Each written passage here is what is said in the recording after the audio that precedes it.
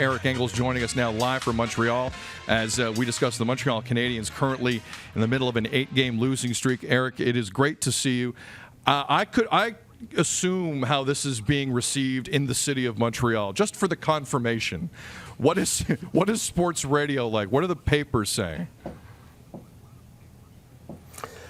Well, it's been pretty dramatic, and obviously fans are extremely concerned with the state of the team in an 8-game winless streak. I'll make that little correction because that's how the records are kept now, and they've picked up 3 points in between, but nonetheless, it's 8 straight losses. So, understandably, every situation in Montreal is under the microscope, whether you win 8 in a row or you lose 8 in a row or you're moderate for 8 in a row.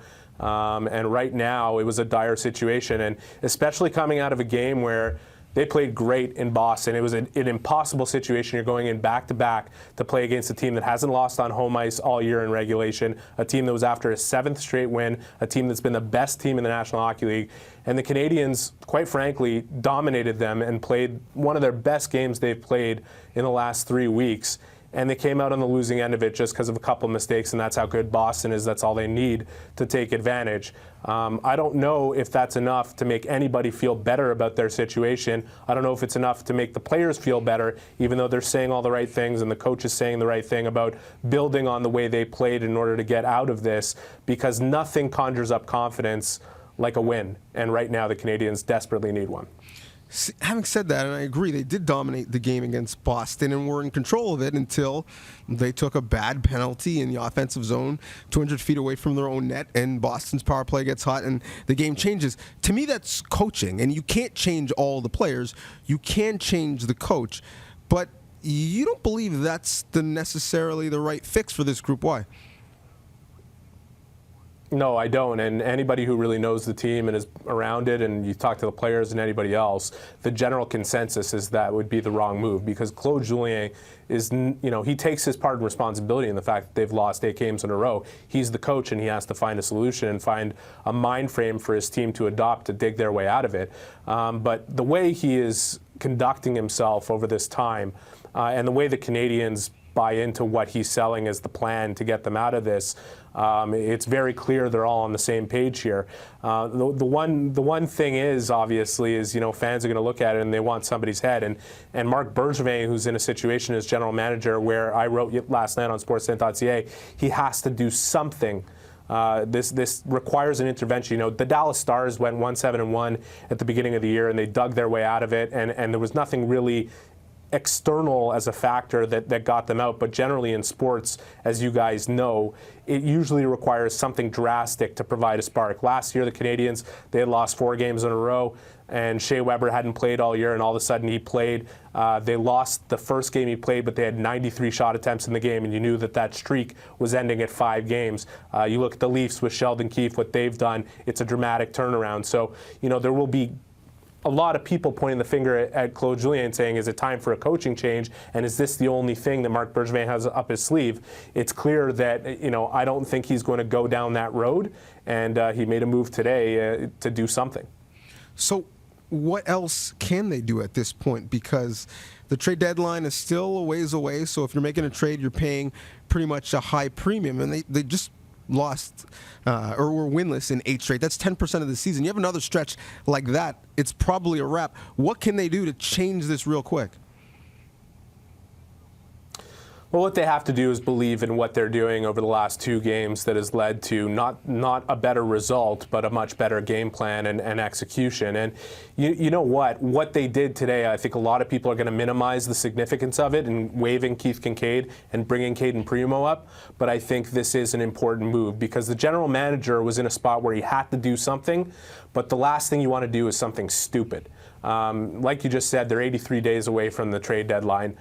You're going to pay a premium, certainly in that situation, to try and find someone, and you're in a tough situation where nobody's going to throw you a life preserver, as our friend Elliot Friedman likes to say. The other GMs will throw you an anchor.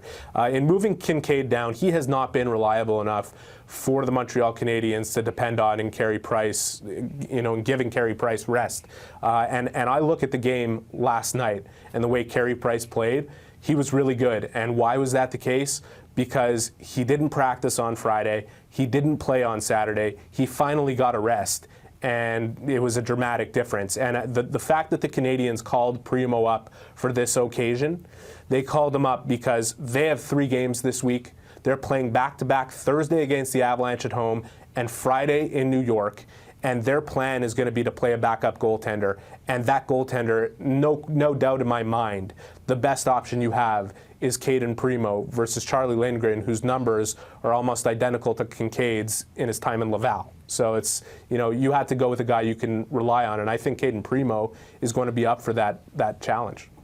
A 20-year-old kid, Eric, just so we're clear, a 20-year-old goalie getting called up into the middle of this cauldron in Montreal right now. I know it's not every night. I know what you're saying. But still, if you were to ask me what my ideal situation is to get called up from Laval in Montreal, this would never register. But I'm hearing a different tone from you. I'm interested in that.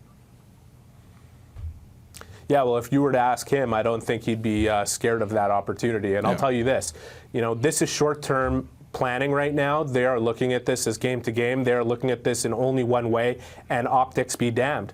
The one way is they need to win hockey games. And in order to do that, they need to be able to rely on both their goaltenders, and they need Carey Price fresh and ready and able to play his best when he's in there, and they need to be able to give him rest in order to sustain some winning here. And as far as Primo's concerned and the pressure that's on him, they've sent Kincaid down. They have 3 games in Laval that he'll be able to play in and potentially find his game before coming back up and being a more reliable option for Carey Price.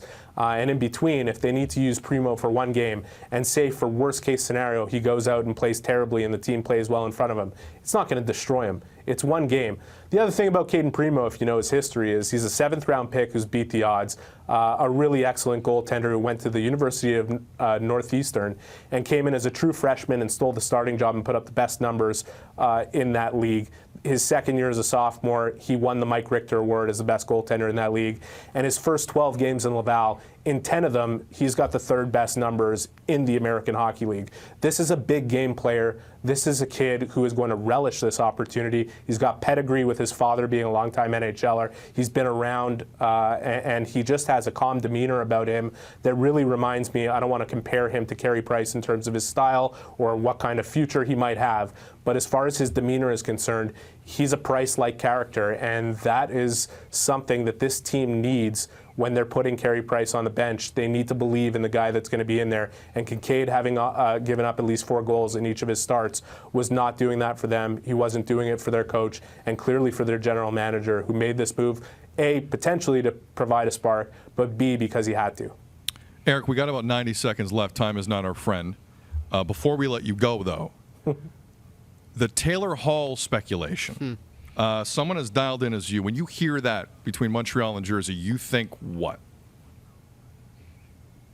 I think it's logical, and I think it's logical, and it's going to come up more and more here because the Canadiens, number one, have infinite cap space, essentially, to make that kind of move. They also have 12 picks in the upcoming draft, and they have one of the best prospect pools in hockey. So the prospect of them renting Taylor Hall is a possibility that we're going to continue to hear about. I think there's other names that have to be considered. One guy for me that I think would fit the bill even more than Taylor Hall for the Canadiens is Chris Kreider, a guy in New York that's a bit older. It's going to be an unrestricted free agent. He brings size, he brings speed, and he brings physicality and those elements that, if they're able to turn this around, could really help them come playoff time. Because Taylor Hall is a really tough thing to pick up because you know that he's going to go to July 1. I would say with 99% certainty he's going to test those waters. Absolutely. Eric Engels live from Montreal as the Habs are in the middle of an 8-game winless streak. Eric, let me correct myself. Winless streak. Let's do this again soon, brother. Thank you.